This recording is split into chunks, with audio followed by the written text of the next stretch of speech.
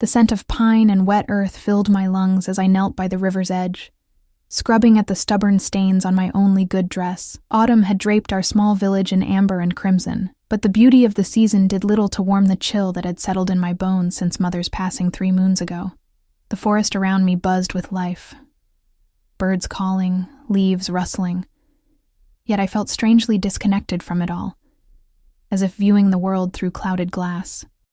I'd chosen this secluded bend in the river deliberately, away from the bustling washing rocks where village women gathered to gossip. Their whispers followed me everywhere. Poor Alara, all alone now. Strange girl, always keeping to herself. No wonder she hasn't found a match yet. At 22, I was already considered past my prime in our small community that lived on the borders of shifter territory. The cold water numbed my fingers as I worked, my pale blonde hair falling from its loose braid to curtain my face. I didn't mind. The physical discomfort was almost welcome, a distraction from the hollow ache that had become my constant companion. "You'll find your strength in stillness," Mother used to tell me, pressing her silver pendant into my palm on quiet evenings by the fire. It hung around my neck now, the weight of it against my skin a constant reminder of her wisdom. When others rush forward, you'll see what they miss in their haste. I traced the pendant's intricate tree pattern, wondering what Mother would make of my life now. The village elders had been kind enough to let me keep our small cottage after her death, but their patience was wearing thin. Without family to speak for me or a husband to provide, my position grew more precarious with each passing day. The pendant suddenly warmed against my skin, an impossible heat that made me gasp. I looked up, startled, my senses suddenly alert to a change in the forest around me. The birdsong had stopped. The wind held its breath. Something was wrong. That's when I heard it. A splash and a frightened yelp that pierced the unnatural silence. I rose to my feet, water dripping from my skirts as I peered downriver. There, thrashing in the current where the river bent sharply and quickened its pace, was what appeared to be a child. No, not a child. A pup, a shifter pup in human form. My blood froze. Everyone knew to stay away from shifter affairs, especially those of the northern pack that ruled these territories. Their kind kept to themselves, appearing in our village markets occasionally to trade, but never to socialize. They were stronger, faster, more dangerous than us in every way, and they protected their young with deadly ferocity. Yet there was no time for fear or careful consideration. The current was dragging the small form toward the rapids 1/2 mile downstream, rocks that would show no mercy to the tiny body fighting against the water's pull. "Hold on," I called out, already moving along the riverbank, my dress catching on brambles as I ran. The pup's head disappeared beneath the surface, then bobbed up again, small arms flailing. A boy, I could see now. No more than 4 or 5 years old, with dark hair plastered to his pale face and eyes wide with terror. Without another thought, I plunged into the river. The cold stole my breath, but I pushed forward, my limbs protesting as the current tried to claim me too. Mother's pendant burned against my skin as if urging me onward. Years of swimming in this very river as a child had taught me its moods, its hidden strengths and weaknesses. I knew to angle my body, to work with the flow rather than fight it directly. "I'm coming," I gasped as I neared the struggling child. Reached for my hand. His terrified eyes locked with mine, and for an instant, I saw something beyond fear in them. A flash of something ancient and knowing that seemed out of place in a face so young. Then his small hand shot out, grasping for mine with surprising strength. Our fingers connected, and I pulled him against my chest, turning to face the current and kick back toward the shore. The pup clung to me fiercely, his small body trembling against mine. I could feel his heart racing, matching the frantic beat of my own. "It's all right," I murmured, though my teeth chattered with cold and exertion. "I've got you." We made slow progress toward the bank, each stroke a battle against the river's determination to carry us toward the deadly rapids. My muscles screamed in protest, and my lungs burned for air. Just as my strength began to falter, my foot found purchase on the riverbed. With renewed determination, I pushed forward until we reached the shallows, then collapsed onto the muddy bank with the child still clutched to my chest. For several moments, we lay there gasping for breath. The world narrowed to the simple miracle of air filling our lungs. The pup's body was unnaturally warm against mine, a reminder of his otherness, of the predator blood that flowed through his veins even in this vulnerable human form. "Are you hurt?" I finally managed to ask, gently setting him down beside me to examine him for injuries. He shook his head, water droplets flying from his dark hair. "No," he said, his voice surprisingly steady for one who had been moments from death. "You saved me. What's your name?" I asked, wringing water from my soaked braid. My dress clung to me like a second skin, and I suddenly felt very exposed. "Nico," he answered, then added with childish pride, "Prince Nicholas of the Northern Pack." My heart stuttered. Not just any shifter pup, but royalty. The son of the Alpha King himself. I'd never seen the king, but tales of his ruthless strength and fierce protection of his territory were whispered even in our remote village. What was his son doing alone by the river, so far from their protected lands? "Where is your—" I began. But the words died in my throat as a low, rumbling growl cut through the forest silence. The hair on my arms rose as an enormous gray wolf emerged from between the trees, his massive form blocking out the dappled sunlight. Eyes the color of molten gold fixed on me with predatory intensity, assessing, calculating. Even in animal form, there was no mistaking the power and authority that emanated from him. The Alpha King. Nico scrambled to his feet. "Father, I'm okay. She saved me. The river pulled me in when I was chasing the rabbit, but she jumped in and got me out." The wolf's gaze never left mine, even as his son spoke. I remained frozen, kneeling in the mud, acutely aware that one wrong move could mean my death. Shifters were protective of their young to the point of irrationality, and I, a human, had my hands on a royal pup. Slowly, deliberately, I lowered my eyes and tilted my head to expose my neck. A gesture of submission I'd heard was important to their kind. "Your Majesty," I whispered, my voice barely audible above the rushing of the river. I meant no harm. The prince was drowning.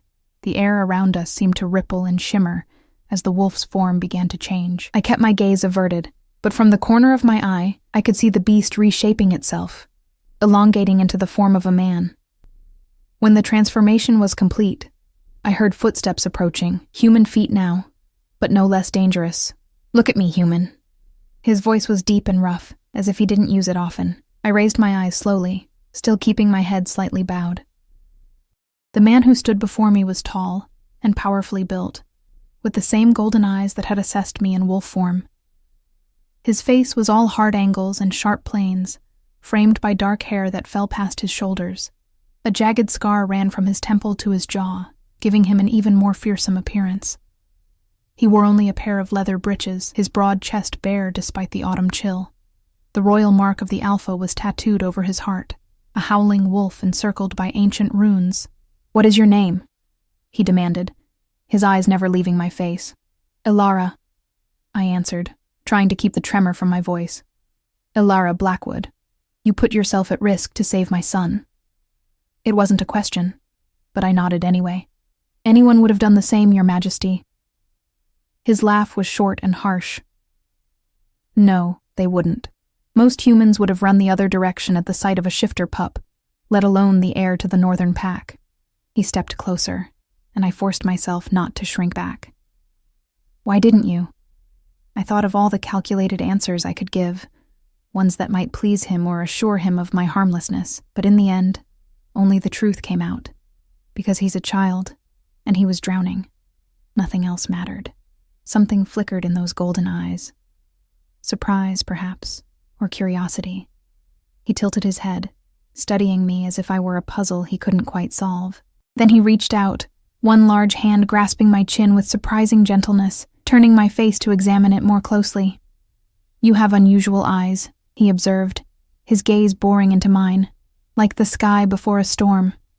I remained perfectly still under his scrutiny, afraid even to breathe. His skin was burning hot against mine, like a fever that never broke. This close, I could see flecks of amber in his golden irises and smell the wild, earthy scent of him. Pine and musk and something primal that made my heart race with instinctive fear. "Father," Nico tugged at the king's arm, breaking the tense moment. "She has a pretty necklace, look." The king's gaze dropped to my throat, where Mother's pendant still hung. Something dark and unreadable passed over his face as he stared at the silver tree. "Where did you get this?" he asked, his voice suddenly tight. "It was my mother's," I replied, confused by his reaction. "She passed it to me before she died." He released my chin abruptly and stepped back. His expression shuddered once more. "The child needs warmth and dry clothes," he said. "You will come with us to the Packlands." Fear coursed through me. Humans didn't go to shifter territories unless they were servants or mates, and they rarely returned to tell of it. "Your Majesty, I should return to my village," I protested weakly. "My home." "Was that a request or a refusal?" He cut in, his voice dangerously soft. Nico looked between us, his small face scrunched in confusion at the tension. "Please come," he said, reaching for my hand. "I want to show you my toys and my room and my puppy form. I'm getting better at shifting. Father says I'm the fastest learner in the pack." The king's expression softened fractionally as he looked at his son. "Go shift and run ahead to tell the guards to prepare chambers for our guest," he instructed. "And have Mira draw a bath." Nico beamed at me. "You'll like Mira. She makes the best honey cakes." Then, with childish efficiency, he stripped off his wet clothes, shifted into a small black wolf pup, and darted into the forest with surprising speed. Alone with the Alpha King, I hugged my arms around myself, suddenly aware of how my wet dress clung to every curve. His gaze tracked the movement, lingering in a way that sent heat rushing to my cheeks despite the cold. "You're afraid," he stated, not bothering to disguise the fact that he could smell my fear. "Wouldn't you be?" I countered, then immediately regretted my boldness. But instead of anger, a hint of amusement curved his lips. "Most humans wouldn't dare speak to me so directly. I apologize." "Don't." He cut me off with a raised hand. "Honesty is refreshing." He stepped closer again, and this time I couldn't help shrinking back. He noticed, of course. "I won't harm you, Alara Blackwood. You saved my son's life. The Northern Pack pays its debts." Before I could respond, he shrugged off a leather pack I hadn't noticed slung across his back and withdrew a thick fur cloak. With surprising gentleness, he wrapped it around my shoulders, his fingers brushing against my collarbone as he secured the clasp. "Come," he said, already turning to lead the way through the forest. "Night approaches, and these woods are not safe after dark." With one last glance at the river and the distant silhouette of my village beyond it, I followed the Alpha King into the depths of the forest, Mother's words echoing in my mind. "You'll find your strength in stillness." The pendant seemed to pulse against my skin, a silent witness to the moment my life changed forever. The forest grew denser as we traveled deeper into shifter territory, ancient trees towering overhead like silent guardians. I struggled to keep pace with the Alpha King's long strides, my wet skirts heavy and cumbersome despite the warmth of his cloak around my shoulders. The fur smelled of him, that wild, earthy scent that both unsettled and strangely comforted me. "Your village elder," the king said suddenly, breaking the silence that had stretched between us. "The one with white hair and the walking stick. She still leads your people?" "Elder Marin?" I asked, surprised. "Yes, she does. How did you—" "I know more about your village than you might think." He ducked beneath a low-hanging branch without breaking stride. "We keep watch over all who dwell near our borders." A shiver ran through me that had nothing to do with my damp clothes. How often had shifter eyes been on us, observing our daily lives while we remained oblivious? The thought was unsettling. "And you," he continued, glancing back at me with those unnerving golden eyes. "You live alone now, since your mother passed." It wasn't a question. "Yes," I answered anyway, unease crawling up my spine. "How do you know about my mother?" He ignored my question. "No father? No siblings? No mate?" "My father died when I was young. And no siblings or mate." The word felt strange on my tongue. Humans married. Shifters mated. The distinction seemed important somehow. He made a non-committal sound, forging ahead through the underbrush. I noticed he was careful to hold branches aside for me to pass, though he offered no other courtesies. "Did you know my mother?" I pressed, unwilling to let the subject drop. His earlier reaction to my pendant suggested something more than casual knowledge. The king's broad shoulders stiffened almost imperceptibly. "Your mother occasionally traded with our pack," he said after a pause. "Herbal remedies. She had knowledge that was useful to us." Before I could question him further, the trees opened into a clearing, and I gasped at what lay before us. Stories of the Northern Pack's strongholds circulated among village children, each tale more fantastic than the last. The reality was both more mundane and more impressive than any of those childhood fables. Stone walls rose from the forest floor, seamlessly incorporated into the natural landscape, as if they'd grown from the earth itself. The fortress was vast, sprawling among the trees rather than clearing them, embracing rather than conquering the forest. Torches flickered along the walls, casting dancing shadows across intricate carvings of wolves and ancient symbols. Guards posted at the enormous wooden gates straightened as they caught sight of us. Or rather, as they caught sight of their king, their gazes slid over me with barely concealed curiosity and something else. Wariness, perhaps, or suspicion. "Open the gates," the king commanded, his voice carrying the unmistakable weight of authority. The massive gates swung inward without a sound, revealing a bustling courtyard beyond. Activity seemed to pause as we entered, dozens of eyes turning in our direction. Some in human form, others as wolves, all watching with the same intense curiosity as I passed beneath the ancient archway with their alpha. "Father! Ilara!" Nico's voice cut through the hushed whispers, and I saw him running toward us, human once more and dressed in clean clothes, his dark hair still damp. He skidded to a stop before his father, then threw his arms around my waist in an exuberant hug that nearly knocked me off my feet. "I told everyone how you saved me," he announced proudly. "Mira says you're the bravest human she's ever heard of." A woman approached behind him, tall and striking, with copper hair and amber eyes that marked her as a shifter. "My king," she said with a respectful inclination of her head before turning to me. "And you must be Ilara. I'm Mira, the pack healer." Her smile was warm, but her gaze was assessing. "Come, child. Let's get you warm and dry." The king nodded his assent. "See to her needs. I have matters to attend to." His eyes met mine briefly. "We will speak later." With that, he strode away, immediately surrounded by what appeared to be advisors and guards, their voices low and urgent. I watched him go, unsure whether to feel relieved or abandoned in this strange place. Mira placed a gentle hand on my shoulder. "This way," she said, leading me toward one of the inner buildings. "Nico hasn't stopped talking about his river angel since he returned." "River angel?" I echoed, glancing down at the boy who still clung to my hand. "That's what I'm calling you," he declared with childish certainty. "Because you came from the river to save me." Something in my chest tightened at his innocent declaration. I squeezed his small hand. "I'm no angel. Just someone who happened to be in the right place at the right time. The goddess puts us where we need to be," Mira said cryptically, as she led us through a series of corridors carved directly into the mountainside. Nothing happens by chance in these woods. The halls were warm and surprisingly bright, illuminated by strange glowing crystals set into wall sconces. Tapestries depicting pack history hung on the stone walls, vibrant scenes of wolves running beneath full moons, and ancient battles fought against shadowy enemies.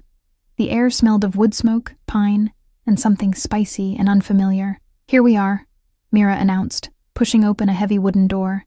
"These will be your chambers." I stepped inside and couldn't suppress a gasp. The room was larger than my entire cottage, with a massive four-poster bed dominating one wall, draped in furs and soft-looking fabrics. A fire crackled in a stone hearth, casting golden light across polished wooden floors. A copper bathtub stood before the fire, steam rising from the water within. "I've laid out some clothes," Mira said, gesturing to a simple but beautiful blue dress spread across the bed. "They may be a bit long, but they'll do until yours are dry." "This is too much," I stammered, overwhelmed by such luxury. "I don't need—" "You saved our prince," Mira interrupted gently. "The pack provides for those who protect its own." Nico tugged at my hand. Do you like it? I helped pick the room. It has the best view. He pointed to a window cut into the stone, where the forest canopy spread out below, a tapestry of autumn colors in the fading light. It's beautiful, I admitted, touched by his enthusiasm. Thank you, Nico. I should go, he said reluctantly. Father says I have lessons even though I almost died today. He rolled his eyes dramatically, then brightened. But I'll see you at dinner. You're sitting with us at the high table. Before I could process this alarming information, he had darted out the door, leaving me alone with Mira. High table? I questioned weakly. Mira's lips twitched with amusement. Don't worry. It's not as formal as it sounds. She moved to the bathtub, sprinkling something from a small pouch into the steaming water. The scent of lavender and something woodsy filled the air. This will help with any muscle soreness from your river adventure. Take your time bathing. I'll return before dinner to escort you. When she had gone, I sank onto the edge of the bed, the events of the day finally catching up to me. Hours ago, I had been washing clothes by the river. Just another day in my quiet, unremarkable life. Now I sat in a shifter fortress, about to dine with the alpha king of the northern pack. I touched Mother's pendant, drawing comfort from its familiar weight. What would she make of all this? She had never spoken of trading with the shifters, of having knowledge that was useful to them. What else had she kept from me? The bath called to my aching muscles, and I finally gave in. Stripping off my damp dress and slipping into the fragrant water. Heat seeped into my bones, and I closed my eyes, letting tension drain away. Whatever awaited me at dinner, at least I would face it clean and warm. Later, dressed in the borrowed blue gown that fit better than expected, I stood at the window watching twilight deepen over the forest. Mira had returned as promised, bringing with her a silver comb that she used to tame my damp blonde hair into an elegant twist at the nape of my neck. The king has noticed you, she remarked casually as she worked, her nimble fingers deft and gentle. That's unusual. Noticed me? I echoed, uncertain of her meaning. She met my eyes in the small mirror on the dressing table. He could have sent guards to escort you here. Instead, he brought you himself. I saved his son, I pointed out. Perhaps he felt obligated. Mira's smile was knowing. Our king doesn't do anything out of obligation alone. She secured the last strand of my hair with a small silver pin. There, simple but elegant. I hardly recognized myself in the mirror. The blue of the dress brought out the gray blue of my eyes, and my usually pallid complexion had a hint of color from the day's excitement. I looked alive, somehow, in a way I hadn't since before Mother died. It's time, Mira said, offering me a reassuring smile. Don't worry. Just be yourself. That seems to have worked well enough so far. The great hall was alive with energy and noise when we entered. Dozens of pack members gathered at long tables, eating, drinking, and conversing with the easy familiarity of family. A large hearth dominated one wall, above which hung an enormous wolf skull adorned with ancient symbols. The high table sat upon a raised dais at the far end of the room, where the king already sat with Nico beside him. The room quieted as Mira led me between the tables, curious eyes following our progress. I kept my gaze fixed ahead, my hand clutching Mother's pendant beneath the fabric of my dress. The weight of so many predatory stares made my skin prickle with awareness.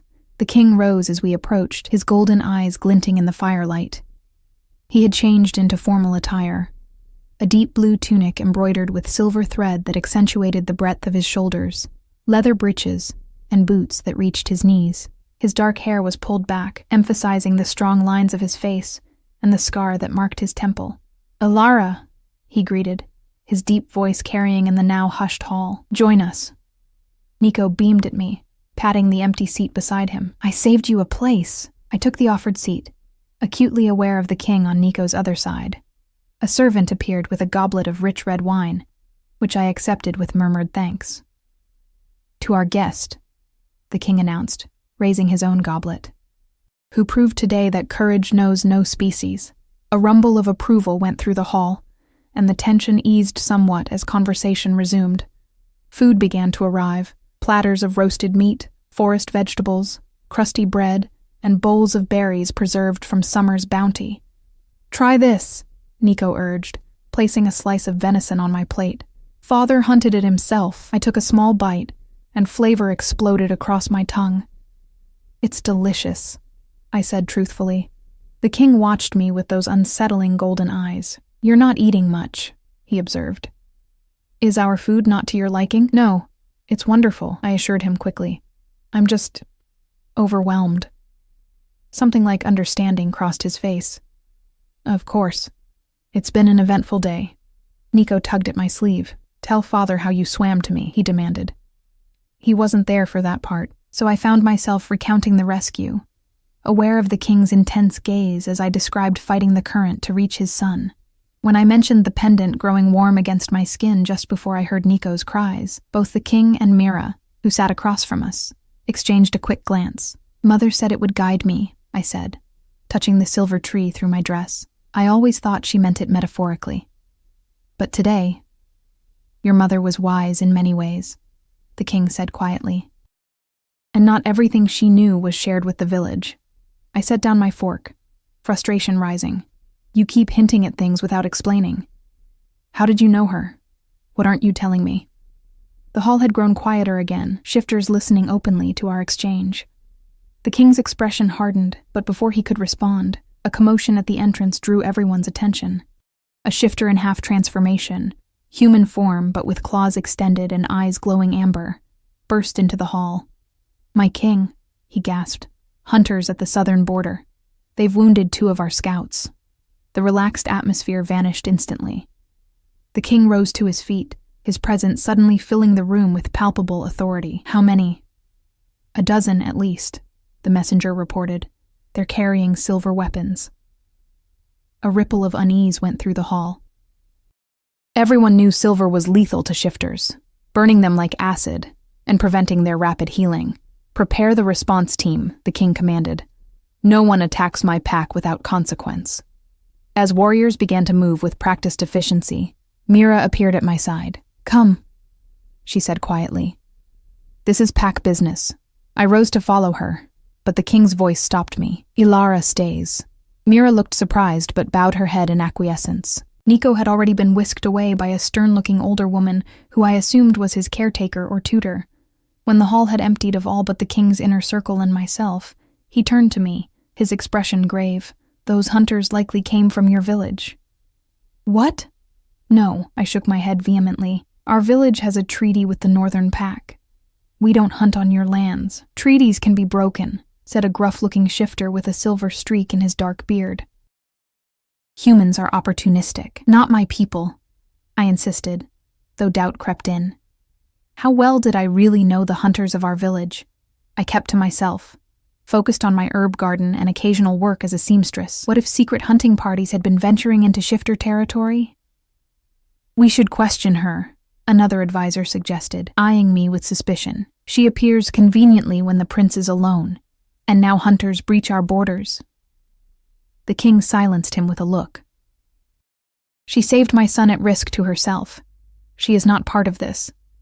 Then let her prove it, the silver-bearded shifter challenged. If she knows these hunters, she can help us resolve this without bloodshed. The king's gaze bore into mine, searching. Would you do this? Stand with us against your own kind? The question hung in the air between us, heavy with implications.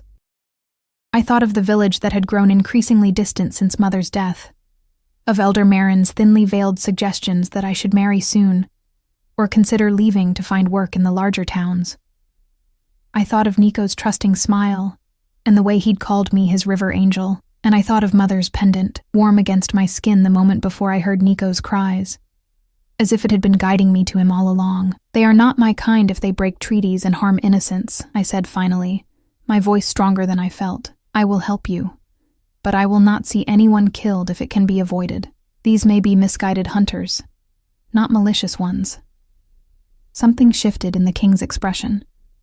Approval, perhaps, or respect. Then you will come with us, he declared, and we will see what manner of hunters threaten my borders. As the advisors dispersed to prepare, the king moved closer, his voice low enough that only I could hear. You surprise me, Ilara Blackwood. I surprise myself, I admitted, wondering what Mother would think of me now. Standing in a shifter stronghold, preparing to confront hunters from my own village. His hand came to rest on my shoulder, warm and heavy. "Keep doing that," he said, the ghost of a smile touching his lips. "And we might just get along." The forest was transformed by moonlight. Familiar shapes rendered strange and ethereal in the silver glow. We moved swiftly through the trees. A small contingent led by the king himself, 5 shifters in human form, and me, struggling to keep pace. The king had insisted I wear a heavy cloak, lined with fur against the night's chill, its hood pulled up to shield my pale hair from the moonlight. "Stay close," he murmured, his hand at my elbow as we navigated a particularly treacherous slope. His touch was brief, but steadying, his skin radiating that unnatural warmth that seemed characteristic of his kind. The silver-bearded shifter, Ronan, I'd learned, moved ahead as our scout, his senses keener than the others. The king had explained that Ronan had been his father's beta, and now served as his own chief advisor. The old wolf clearly distrusted me, his eyes tracking my every movement as we prepared to depart. "The border is just beyond that ridge," the king said, pointing to a line of hills silhouetted against the night sky. "We'll approach downwind. If these are indeed hunters from your village, I want you to speak to them first. Convince them to leave peacefully." I nodded, fear and determination warring in my chest. "And if they refuse?" His expression hardened. "Then we do things my way." We crested the ridge in silence. The valley below spread out like a dark blanket pricked with pinpricks of light, a campfire. Ronan signaled for us to halt, dropping to a crouch behind a fallen log. We gathered around him, the king's warmth at my side both comforting and distracting. 8 men, Ronan reported in a low growl, armed with crossbows and silver-tipped bolts. "They've got 2 of our scouts, Devon and Kira, tied to a tree. The young ones were doing a standard patrol when they were ambushed." My heart sank as I peered over the log. Even from this distance, I recognized several of the hunters, men from my village who regularly brought game to the market. What were they doing in shifter territory, and with silver weapons no less? "I know them," I whispered. "The tall one with the red beard is Gareth. The others are his hunting party, but I don't understand. They've never shown hostility toward shifters before." "People can surprise you," the king said grimly. "Not always pleasantly." Ronan's nostrils flared as he scented the air. "There's another scent mixed with theirs. Something wrong." The king inhaled deeply, his eyes narrowing. "Blood magic," he growled, the words sending a chill down my spine. "Someone's been working old dark spells. These men may not be acting entirely of their own will." "Blood magic?" I echoed, alarmed. Such practices were forbidden in both human and shifter territories, rituals that twisted natural law and bound the will of others.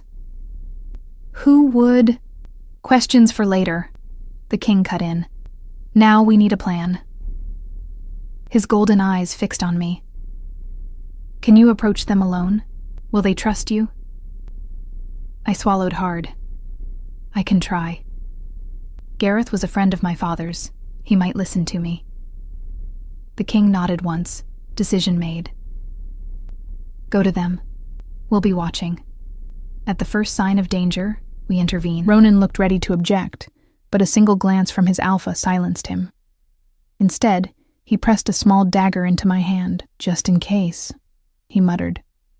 The king's hand closed over mine before I could respond, his fingers warm against my chilled skin. "You won't need that," he said, taking the blade from me and returning it to Ronan with a pointed look. "We'll be watching. No harm will come to you."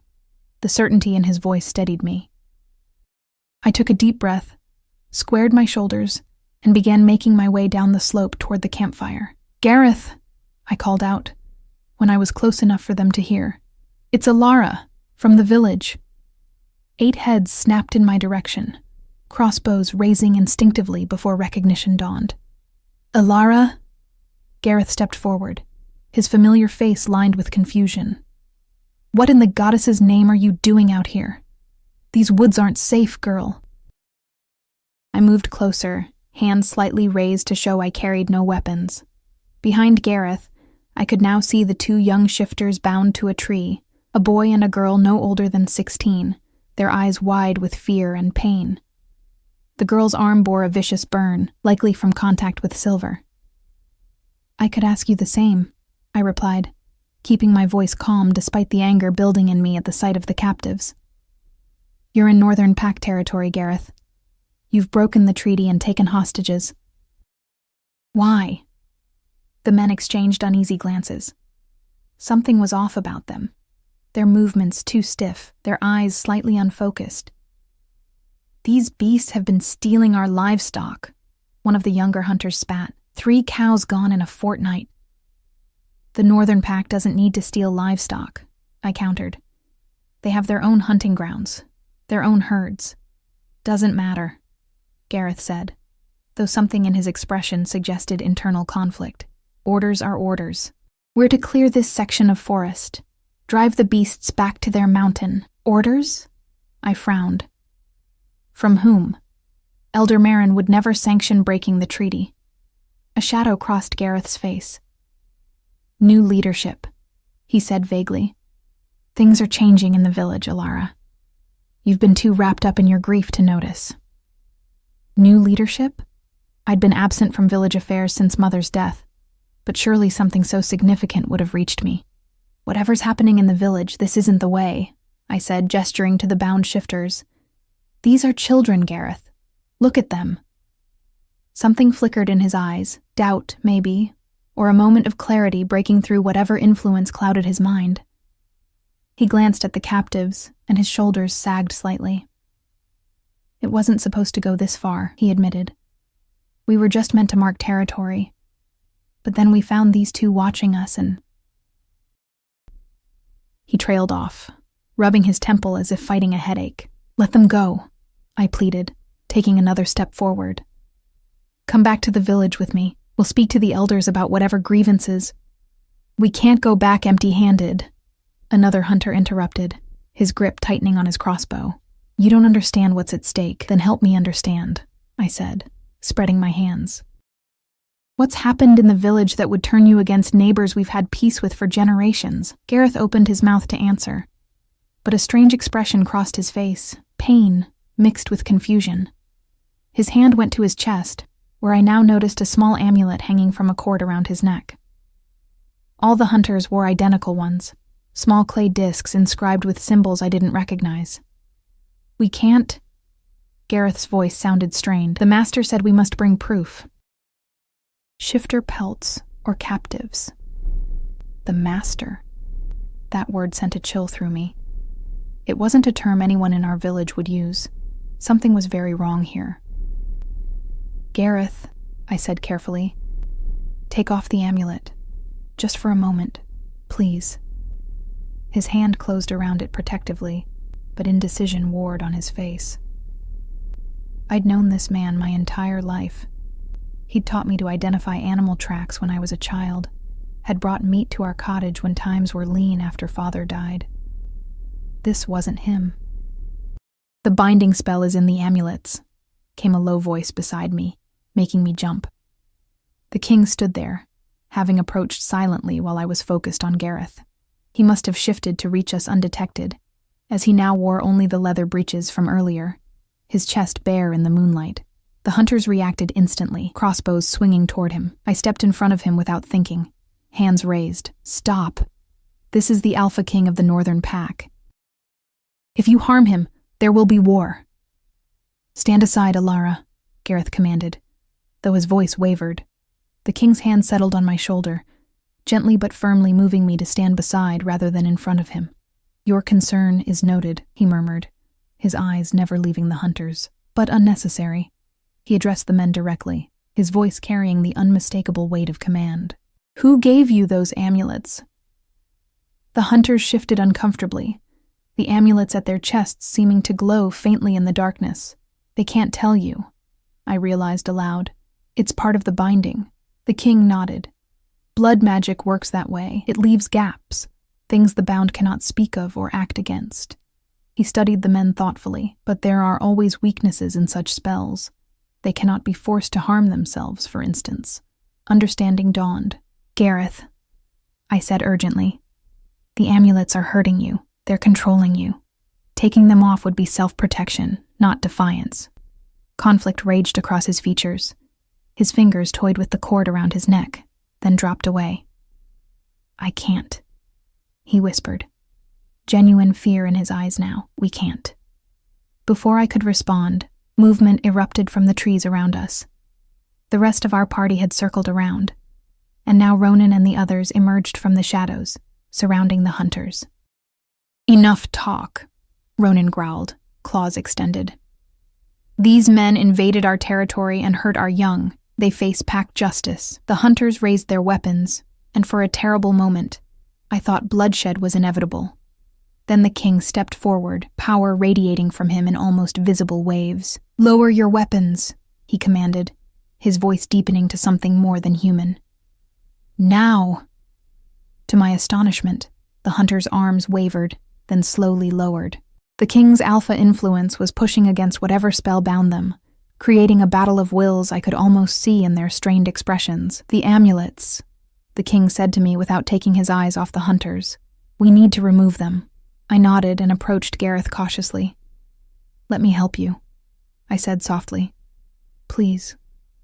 "This isn't you, Gareth. You taught me which berries were safe to eat. You carried me on your shoulders at the harvest festival when I was small. You're not someone who hurts children, no matter what species they are." Something in his eyes cleared slightly. With trembling fingers, he reached for the cord around his neck. The amulet seemed to pulse angrily as he touched it, but with a sudden jerk, he ripped it off and threw it to the ground. He gasped as if surfacing from deep water, blinking rapidly. "Alara? Where are we?" The other hunters looked on in confusion and fear. 2 more gathered the courage to remove their amulets, but the others seemed paralyzed with indecision. The king moved with blinding speed, tearing the remaining amulets from the hunters' necks before they could react. As each clay disc left its wearer's skin, the men's expressions cleared, confusion replacing malice.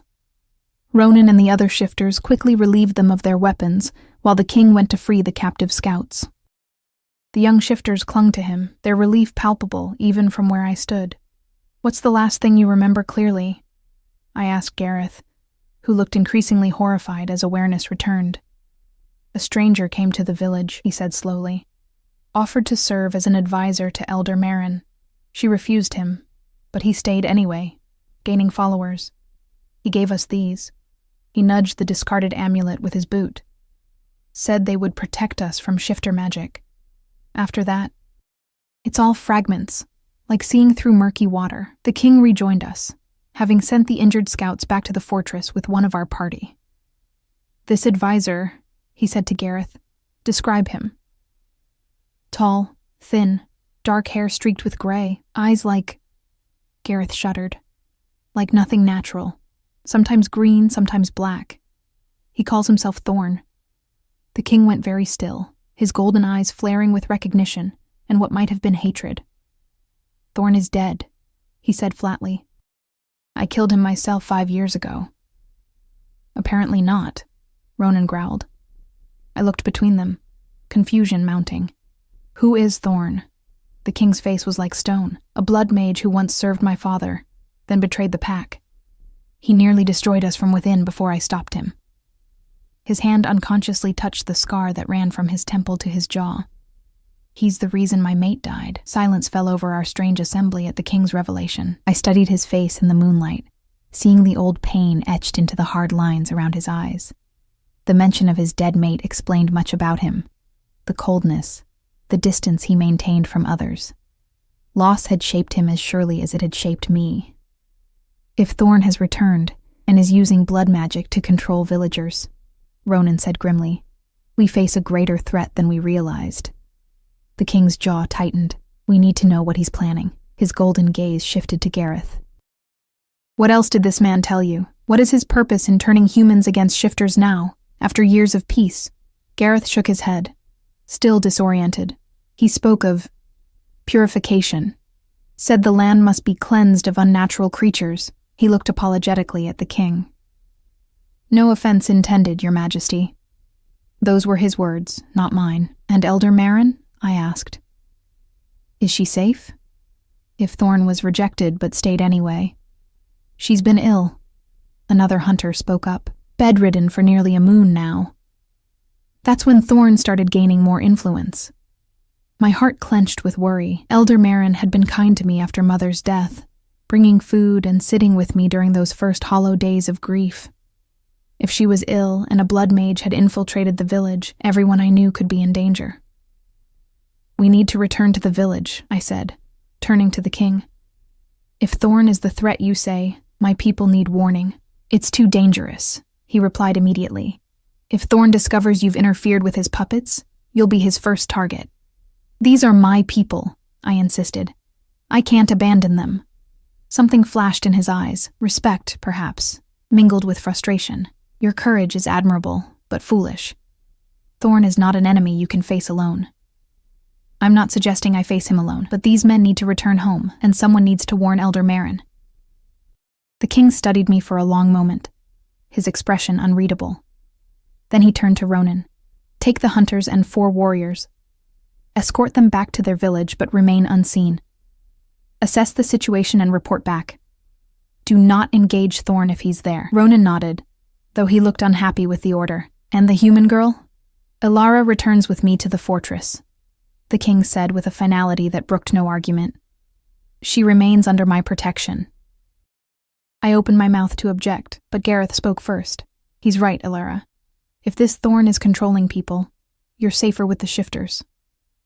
He clasped my hand briefly. "We'll check on Elder Marin and send word somehow." Outvoted and outmaneuvered, I could only watch as Ronan organized the hunters and selected warriors for the escort mission. The king maintained a careful distance from me, his attention focused on giving instructions to his pack members. The easy closeness we'd shared moments earlier had vanished, replaced by the formal authority of the Alpha. When the others had departed into the darkness, the king finally turned to me. "We should return. It's not safe to linger here. You didn't tell me everything about Thorn," I said, not moving. "Or about how you knew my mother." His expression tightened. "This is neither the time nor the place for that discussion." "When then? You brought me to your territory, you involved me in pack business, but you keep me in the dark about matters that clearly concern me." I took a step closer, frustration overcoming my usual caution. "My mother's pendant, which you recognized. Thorn, who you thought was dead, but is now in my village. What aren't you telling me?" The king's eyes flashed with anger, then something like resignation. "Your mother was not just an herb woman who occasionally traded with us," he said finally. "She was our pack healer for 7 years before she left to marry your father." The ground seemed to shift beneath my feet. "What? That's impossible. My mother was human." "Yes. One of the few humans ever accepted into a shifter pack." His expression softened slightly at my shock. "She saved my father's life when he was wounded by a rival pack. In return, he offered her a place among us. She served the northern pack faithfully until she met your father and chose to leave." My mind reeled. Mother had never mentioned any connection to the shifters beyond occasional trading. Why would she keep such a significant part of her life secret from me? "The pendant," I said, touching it through my dress. "It's a pack symbol, isn't it?" He nodded. "The silver tree marks those under direct protection of the Alpha. My father gave it to her when she left, to ensure she would always have our support if needed. And Thorn? Did she know him too?" A shadow crossed the king's face. "Everyone in the pack knew Thorn. He was my father's advisor before he revealed his true nature." He paused, seeming to debate how much to tell me. "Your mother was particularly skilled at resisting his manipulations. She recognized the darkness in him before anyone else." The pieces were starting to fit together, forming a picture I wasn't sure I was ready to see. "Is that why he's in my village now? Because of some connection to my mother?" "It's possible," the king admitted. "Thorn holds grudges for lifetimes. If he learned of her death, he might see it as an opportunity to strike at both your village and my pack simultaneously." A chill ran through me that had nothing to do with the night air. "Then my mother's secrets have put everyone in danger." "No," the king said sharply. "Thorn is the danger. Your mother protected many with her silence." I wrapped my arms around myself, suddenly feeling very small against the vastness of this revelation. All my life, I'd known Mother as a gentle healer, a quiet woman who kept to herself, and taught me to do the same. The idea that she'd once lived among shifters, that she'd recognized and opposed a powerful blood mage, it transformed everything I thought I knew about her. The king moved closer, his warmth cutting through the chill that had settled in my bones. "We should return to the fortress," he said, his voice gentler now. "There are things you need to know, things that can't be explained quickly or in the open." This time, I nodded and followed, when he turned to lead the way back through the forest. We traveled in silence, my mind too full of questions to form coherent thoughts. The king maintained a steady pace, but occasionally glanced back to ensure I was keeping up, his golden eyes reflecting the moonlight like a true wolf's. "Why didn't she ever tell me?" I finally asked, as the fortress walls came into view, illuminated by torchlight against the night sky. "About her life with your pack, about the pendant, any of it?" The king slowed to allow me to walk beside him. "She was protecting you," he said after a moment. "Knowledge of shifter ways can be dangerous for humans. The more you know, the more likely you are to become entangled in our conflicts. Like I am now." I couldn't keep the bitterness from my voice. His lips curved in a faint, rueful smile. "Precisely." He glanced at me, his expression softening. "Though I suspect your mother would say you were always destined to find your way to us, one way or another." "What do you mean?" He didn't answer immediately, his attention drawn to the guards at the gate who straightened as we approached. Only when we were inside the walls, away from curious ears, did he speak again. "Your mother believed in the old ways, in fate and the goddess's design. She used to say that some souls are bound to each other across lifetimes." Something in his tone made me look at him more closely. "And you? Do you believe that?" His eyes met mine, golden and unfathomable. "I believe there are connections that cannot be explained by reason alone." He looked away. "But I also believe we make our own choices in this life, regardless of what came before." We entered the main hall, now empty, save for a few servants clearing the remains of the evening meal. The king led me toward a narrow staircase I hadn't noticed before. "Where are we going?" I asked, following him up the winding steps. "My private study. The documents you need to see are there." The study was a surprisingly warm, intimate space. Shelves of leather-bound books lining the walls, a large desk covered with maps and scrolls, comfortable chairs arranged before a small hearth where a fire still smoldered. The king added a log, stoking the flames until they cast a golden glow throughout the room. "Sit," he said, gesturing to one of the chairs while he moved to a cabinet inlaid with silver. He withdrew a wooden box, carved with the same tree symbol as my pendant, and placed it on a small table between the chairs. I sat, watching as he lowered himself into the chair opposite mine. In the firelight, with his guard momentarily lowered, he looked younger somehow, still imposing, but less remote. "Before I show you what's in this box," he said, his hand resting on its carved lid, "I need you to understand that knowledge brings responsibility. Once you know certain truths, you cannot unknow them. Your life will change. My life has already changed," I pointed out. "The moment I pulled Nico from the river." He inclined his head slightly, acknowledging the truth of my words. "Perhaps that's so. Still, I would have your consent before proceeding." I appreciated his caution, even as impatience gnawed at me. "I want to know the truth," I said firmly. "About my mother, about Thorn, about why I'm really here." The king held my gaze for a long moment, as if searching for something in my eyes. Whatever he sought, he seemed satisfied. He opened the box and withdrew a leather-bound journal, its pages yellowed with age. "Your mother's records," he said, handling the book with surprising gentleness. "She left this behind when she departed the pack. I believe she meant for it to remain here, as evidence, perhaps, or insurance." My breath caught as he placed it in my hands. Mother's handwriting filled the pages, the same flowing script that had labeled herb jars and written down recipes throughout my childhood. But the contents were nothing like her household records or healing notes that I was familiar with. "Blood magic and its countermeasures," I read from the first page, a chill running through me. I looked up at the king. "She was studying how to fight against it?" He nodded.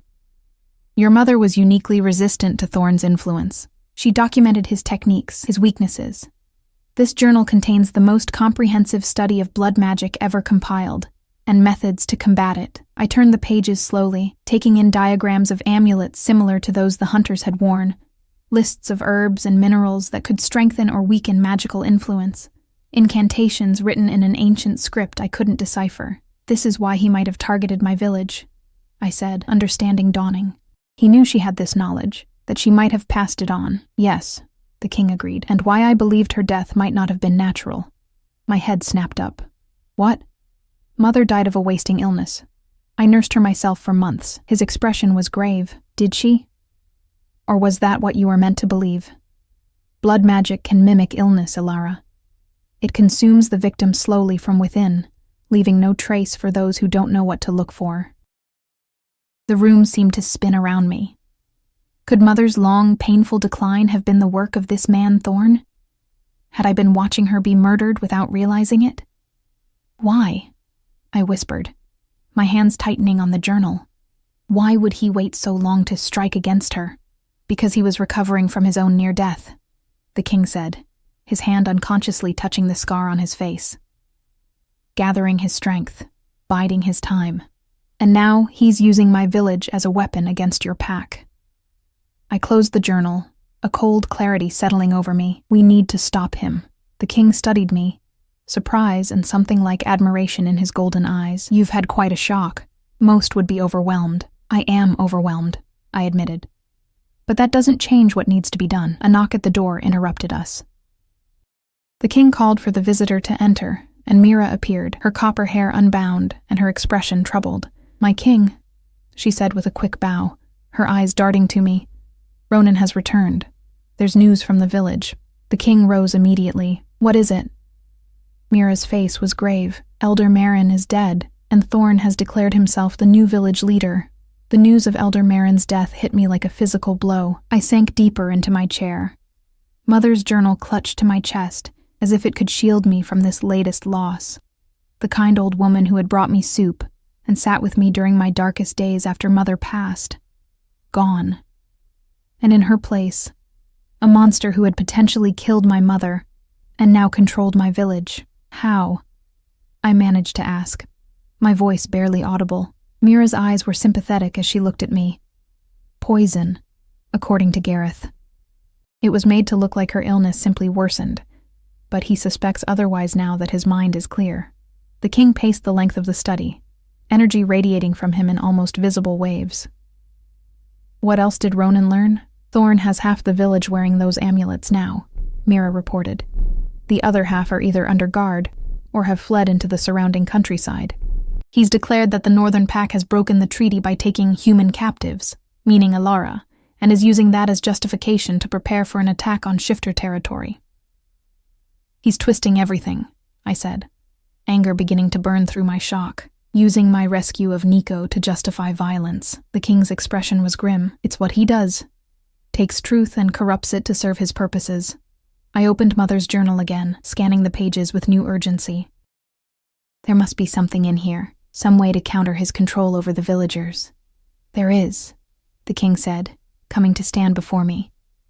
But it requires someone with your mother's resistance to blood magic, someone with her blood. Understanding dawned. Me? You think I inherited her resistance? The pendant recognized you, Mira said gently.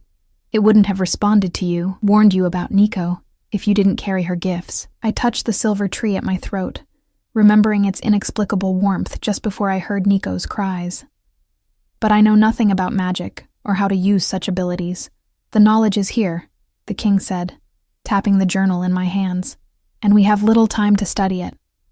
Thorn will move quickly now that he's consolidated power. My mind raced, flipping through the journal until I found a section titled, Breaking Blood Bonds. The page detailed a ritual involving silver, rowan ash, and the blood of someone resistant to the magic, mixed into water from a natural source, and used to cleanse the binding objects. I could create a counter to the amulets, I said slowly, something to break Thorn's hold on the villagers. The king nodded. It would need to be distributed widely and quickly. The village well, I suggested. If we could add the mixture to the water source, anyone who drank it would be partially protected, and any amulets washed with that water would lose their power. Clever, the king said, approval warming his voice. But getting to the well won't be easy. Thorn will have guards posted throughout the village, especially around critical resources. I can go, I said firmly. They know me. Even with Thorn's influence, they might not see me as a threat immediately. Absolutely not, the king growled. I didn't bring you under my protection only to send you directly into danger. With respect, your majesty, I said, meeting his golden gaze steadily. You didn't bring me anywhere. I came of my own free will to help Nico. And I'll go to the village of my own free will to help my people. Mira made a small sound that might have been suppressed laughter. The king shot her a dark look before returning his attention to me. You're either very brave or very foolish, he said, though there was a hint of reluctant admiration in his tone. Probably both, I admitted. But I'm also right. I have the best chance of getting close to the well without raising alarms. He studied me for a long moment, conflict evident in his expression. Finally, he gave a sharp nod. We'll develop a plan, but you won't go alone. I'll accompany you. The Alpha King cannot risk himself. Mira began to object. The Alpha King makes his own decisions. He cut her off, his voice brooking no argument. Thorn is my responsibility. He was allowed to live once, and that mistake has endangered both our peoples. I won't delegate his demise a second time. The intensity in his eyes sent a shiver through me. Not entirely of fear, there was something compelling about his determination, his willingness to place himself in danger rather than command others to go in his stead. Prepare what you need for the ritual, he told me, his tone softening slightly. Mira will help you gather the ingredients. We leave at dawn. As Mira led me to the healer's chambers to collect the necessary components, my mind whirled with everything I'd learned. Mother's secret past, my own apparent inheritance of her resistance to blood magic, the king's personal history with Thorn. It was almost too much to absorb. He's never like this, Mira commented as we gathered rowan ash and silver shavings. Like what? I asked, measuring the ingredients according to Mother's instructions. Personally involved, she clarified. Since his mate died, he's led through commands and delegation. He doesn't put himself forward unless absolutely necessary, and he certainly doesn't escort humans on dangerous missions. I paused in my work. Is it because of Nico? Because I saved his son? Mira gave me a knowing look. That's part of it. A life debt is sacred to our kind. But there's more. She hesitated, then added, He sees something in you, Alara, something that reminds him of who he used to be, before grief hardened him. I didn't know how to respond to that, so I returned my attention to the ritual preparations. By the time we had everything assembled, the silver and rowan mixture ready to be combined with my blood and river water at the crucial moment, dawn was approaching. I changed into clothes more suited for our mission. Sturdy leggings, a simple tunic, and soft leather boots that would allow me to move quietly. Mira braided my pale hair tightly against my scalp to make it less noticeable, though nothing could be done about its distinctive color.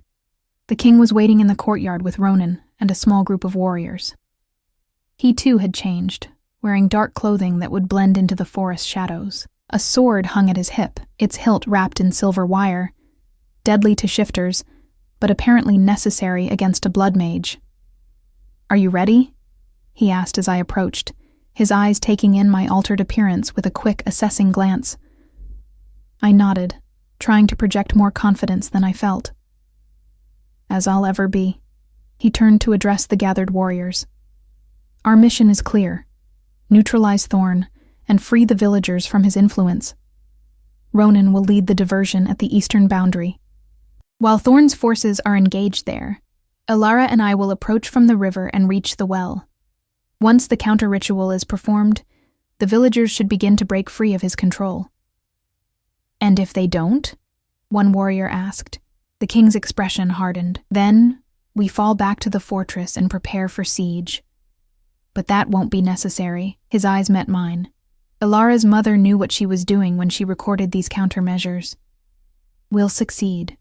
His confidence steadied my nerves as we set out, traveling swiftly through the forest. As the sky lightened from black to deep purple, we kept to the river's course, using its sound to mask our movements.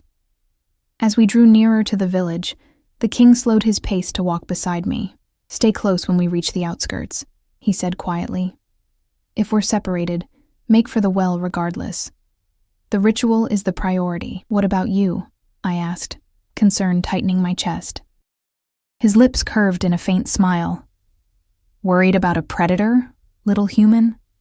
Even predators can be wounded, I retorted, especially by silver and blood magic.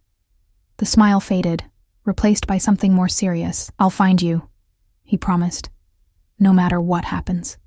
We crouched at the river's edge where it curved past the village boundary. From our vantage point, I could see the well in the central square, currently unguarded. A stroke of luck. The village itself seemed unnaturally quiet, with few people moving about despite the early hour, when most would typically be starting their daily chores. Something's wrong, I whispered. It's too quiet. The king nodded, his expression grim. They're gathered somewhere, likely listening to Thorn's poisonous words. A distant commotion erupted from the eastern edge of the village, Ronan's diversion beginning as planned. Shouts and the clang of weapons carried to us on the morning air. Now, the king said, gripping my arm briefly before we emerged from our hiding place. We moved swiftly through the gardens and narrow spaces between cottages, avoiding the few villagers who rushed toward the commotion. The well stood unattended in the square, just as I'd hoped. I withdrew the pouch containing the rowan and silver mixture, along with a small knife for the blood component. The king stood guard, his attention constantly scanning our surroundings as I knelt beside the well. Hurry, he murmured. My hands shook slightly as I mixed the ingredients, adding a few drops of my blood as the journal had instructed. The mixture sizzled and turned from gray to silver, glowing faintly in the early morning light. I murmured the incantation Mother had recorded, the unfamiliar words feeling strangely right on my tongue. Just as I was about to pour the mixture into the well, slow applause broke the silence. How very touching, came a smooth, cultured voice. The trader's daughter, following in her footsteps. I turned to see a tall, thin man with dark hair streaked with gray standing at the edge of the square. His eyes shifted eerily between green and black, just as Gareth had described. Thorn. The king moved to place himself between us, his stance protective. Your quarrel is with me, Thorn. The girl is innocent. Innocent? Thorn laughed, the sound like breaking glass. With that blood in her veins? I think not. His gaze fixed on me, sending cold dread seeping into my bones. Your mother thwarted me for years, girl. Turned the old alpha against me, discovered my methods and created countermeasures. His lip curled in a sneer. Even in death, she continues to be a thorn in my side through you. Villagers began to emerge from the surrounding cottages, their movements stiff and their eyes vacant. All wearing the clay amulets. I won't let you use them, I said, rising to my feet with the mixture clutched in my hands. These are good people. They're tools, Thorn corrected coldly. As all humans should be. Your mother never understood that. Neither did his mate. He jerked his chin toward the king. The king's growl was low and dangerous. You'll die for what you did to her. This time I'll make sure of it. Thorn smiled, revealing teeth filed to points. You're welcome to try. But first, I believe my puppets would like to greet our visitors. As one, the villagers moved forward, crude weapons in their hands. I recognized faces I'd known all my life. The baker who'd slipped me extra bread when Mother was ill. The carpenter who'd repaired our roof without charging us. Children I'd played with as a girl. All now empty vessels for Thorn's will. The well, the king muttered urgently. Complete the ritual. I'll hold them off. There are too many, I protested. Trust me, he said, his golden eyes meeting mine with fierce intensity. I can handle them without causing permanent harm. I nodded and turned back to the well, aware of the sounds of struggle erupting behind me. The king moved with incredible speed, disarming villagers and knocking them aside without using his full strength against them. But there were dozens, and only one of him. I poured the mixture into the well, watching it spiral down into the darkness. The final words of the incantation fell from my lips, and for a moment, nothing happened. Then the water began to glow with the same silvery light as the mixture, illuminating the well from within. No! Thorn's outraged cry cut through the sounds of fighting. He shoved past his human shields, hands raised as dark energy gathered around his fingertips. You meddling little... The king intercepted him before he could reach me, the two of them colliding with such force that the ground seemed to shake. Thorn's magic lashed out, catching the king across the chest and drawing a pained snarl from him as it burned through his tunic. "Get water from the well," I shouted to the nearest villagers, hoping some part of them could hear me through Thorn's control. "Drink it. Wash your amulets in it." To my amazement, several hesitated, the compulsion to attack warring with my words. A young woman I recognized as the blacksmith's daughter was the first to break away. Moving jerkily toward the well as if fighting her own body, Thorn saw what was happening and howled in fury. He redoubled his attack on the king, dark magic crackling around them both as they fought, the king with fang and claw as he partially shifted, Thorn with unnatural energy that scorched the ground where it struck. I rushed to help the blacksmith's daughter, drawing water from the well and helping her drink. The effect was immediate. Her eyes cleared, and she tore the amulet from her neck with a cry of disgust. Together, we began helping others, splashing the enchanted water on faces and amulets, breaking Thorn's hold one person at a time. "Stop them!" Thorn screamed, his composure cracking as his control slipped. He caught the king with a particularly vicious blast that sent him crashing into the side of a cottage. Seeing the king fall, something ignited within me, rage and determination fusing into a cold clarity. I grabbed a bucket, filled it with the glowing well water, and moved directly toward Thorn. "Your mother died screaming," he spat when he saw me approaching. "As will you." His magic reached for me like dark tentacles, but to my astonishment, they seemed to slide around me rather than touch me directly. Mother's resistance indeed, strengthened by the ritual I'd just completed.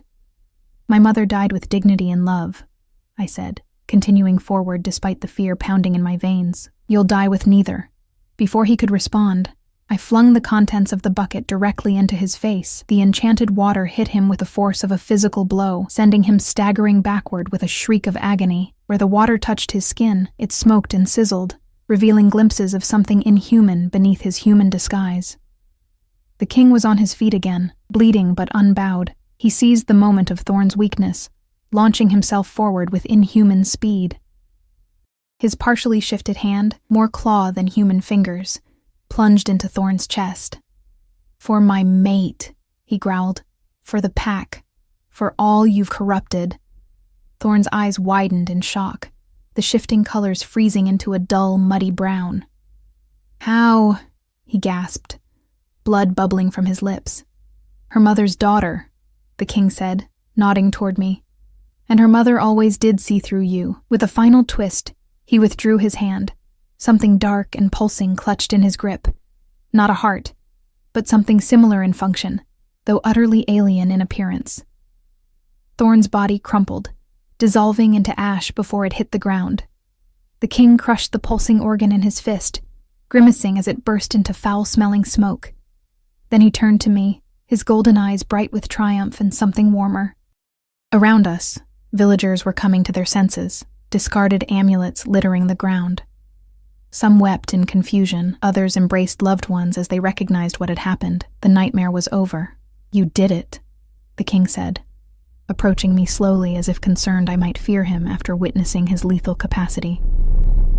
"We did it," I corrected, finding myself moving toward him without hesitation. "Your fighting skills, my mother's knowledge." He reached out, his hand, now fully human again, gently brushing a strand of pale hair from my face. "Your courage," he added softly. "Your compassion for both your people and mine." The intensity in his gaze made my heart race in a way that had nothing to do with fear.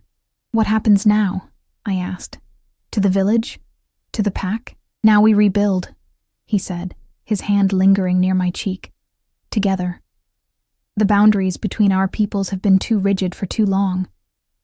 Your mother knew that. Perhaps it's time we honored her wisdom." "Together," I echoed, the word feeling right. Mother's pendant warmed against my skin, not in warning this time, but in affirmation. In the growing light of dawn, with villagers and shifters alike gathering in the square, the Alpha King of the Northern Pack took my hand in his, and for the first time since Mother's death, I felt not just alive, but home.